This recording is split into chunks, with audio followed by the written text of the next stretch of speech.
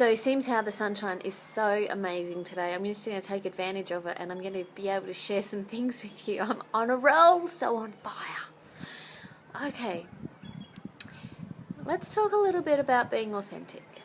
It's a fad word. It's a concept that people want to talk about and say be authentically you, be uniquely you.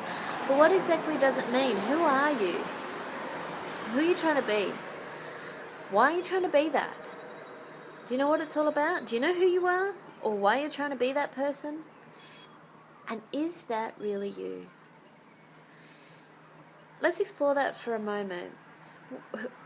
What makes us who we are? So experience, family, culture, society, social settings, cultural norms, the whole kit and caboodle.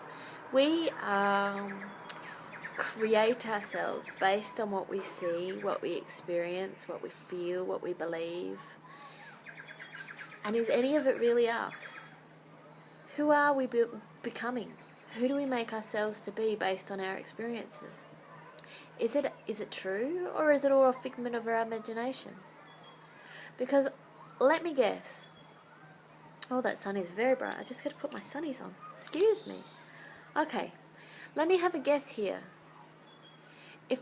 If I was to ask you to stand up and be proud and say, I am the most uniquely beautiful person, the most worthy, creative, amazing person on the face of the planet who deserves to be here for no other reason than the fact that I am here. I have a body. I breathe air. Who would feel comfortable with that? Not too many of you, I don't imagine.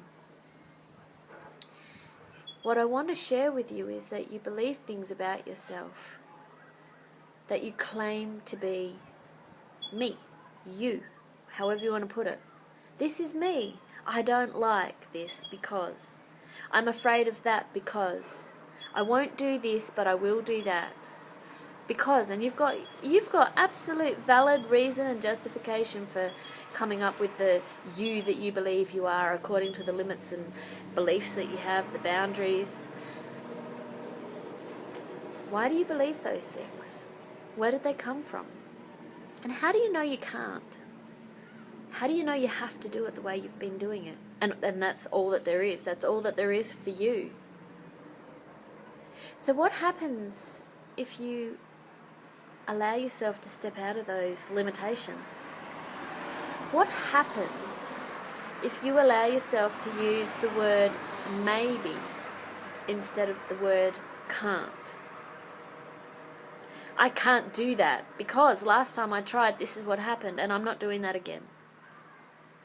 What if you use the word maybe and said, maybe I could try that again, and maybe I would get a different result, and maybe I would be able to do things differently while I was trying that again, so I could get a different result. And if maybe I did that, I might actually feel differently about myself afterwards. And maybe I might start to think differently about myself as well. So then who would I be?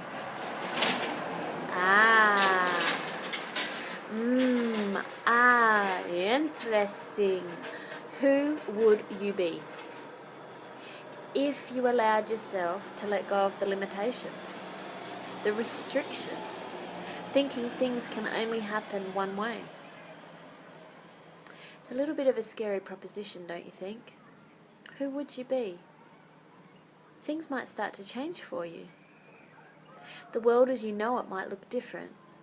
People might start to interact with you more, differently. You might start to get different, unpredictable, unfamiliar responses or reactions. Life might actually be a little easier.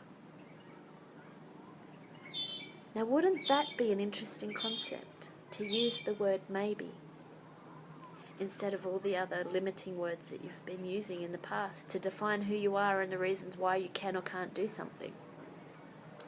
Maybe I could. Maybe I will. Maybe I won't.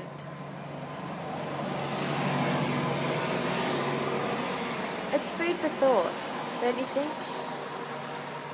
I'm going to leave you with that. I'll talk to you soon.